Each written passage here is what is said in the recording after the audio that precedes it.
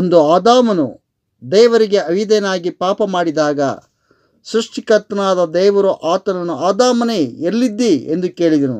ಇಂದು ಅದೇ ದೇವರು ನಿಮ್ಮನ್ನು, ಬೋಧಕರೇ, ವಿಶ್ವಾಸಿಗಳೇ ಎಲ್ಲಿದ್ದೀರಿ ಎಂದು ಕೇಳುತ್ತಿದ್ದಾನೆ. ಪ್ರಿಯ ಬೋಧಕರೇ ಮತ್ತು ವಿಶ್ವಾಸಿಗಳೇ, ಕ್ರಿಸ್ತನ ಈ ಗಂಭೀರವಾದ ಪ್ರಶ್ನೆಗೆ ನೀವು ಏನೆಂದು ಉತ್ತರ ನೀಡುವಿರಿ? ನೀವು ನಿಂತಿದ್ದೇವೆಂದು ಭಾವಿಸಿ ಎಲ್ಲಿ ಬಿದ್ದಿದ್ದೀರಿ? ಅಂದು ಆದಾಮನು ತನ್ನ ಶಾರೀರಿಕ ಬೆತ್ತಲೆಯನ್ನು ಅಂಜೂರದ ಎಲೆಗಳಿಂದ ಮುಚ್ಚಿಕೊಳ್ಳಲು ಯತ್ನಿಸಿದನು. ಇಂದು ನೀವು ನಿಮ್ಮ ಆತ್ಮಿಕ ಬೆತ್ತಲೆಯನ್ನು ಮುಚ್ಚಿಕೊಳ್ಳಲು ಏನೆಲ್ಲ ವ್ಯರ್ಥ ಪ್ರಯತ್ನ ಮಾಡುತ್ತಾ ಇದ್ದೀರಿ?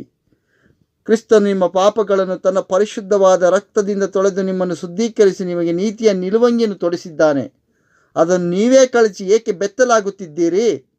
ಆದಾಮನು ಅವಿಧೇಯನಾದಾಗ ದೇವರಿಗೆ ಮುಖ ತೋರಿಸಲಾರದೆ ಲಜ್ಜೆಯಿಂದ ಅಡಗಿಕೊಂಡನು. ಆದರೆ ನೀವು ಎಷ್ಟೆಲ್ಲ ಅವಿಧೇಯರಾದಾಗಲೂ ಲಜ್ಜೆ ಇಲ್ಲದೆ ರಾಜಾರಾಶವಾಗಿಯೇ ಓಡಾಡಿಕೊಂಡಿದ್ದೀರಲ್ಲ. ಪಾಪದ ಕೂಪದಲ್ಲಿ ಬಿದ್ದಿದ್ದ ನೀವು ನರಕದ ಬೆಂಕಿಯಲ್ಲಿ ಬೇಯಬಾರದು ಎಂದು ಕ್ರಿಸ್ತನು ನಿಮಗಾಗಿ ಈ ಲೋಕಕ್ಕೆ ಬಂದು ನಿಮ್ಮ ಪಾಪಗಳನ್ನು ತಾನೇ ಹೊತ್ತುಕೊಂಡು ಶಿಲುಬೆಯನ್ನೇರಿದನು.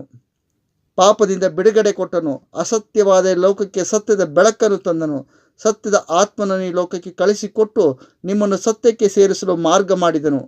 ಆ ಸತ್ಯದ ಆತ್ಮನು ಇಂದು ನಿಮಗೆ ಸತ್ಯದ ಅರಿವನ್ನು ಉಂಟು ಮಾಡಲು ಇಚ್ಛಿಸಿ ನಿಮ್ಮನ್ನು ಕರೆವಾಗ ಆತನ ಕರೆಗೆ ಹೋಗೊಡದೆ ಆದಾಮನಂತೆ ಎಲ್ಲಿ ಅಡಗಿಕೊಂಡಿದ್ದೀರಿ?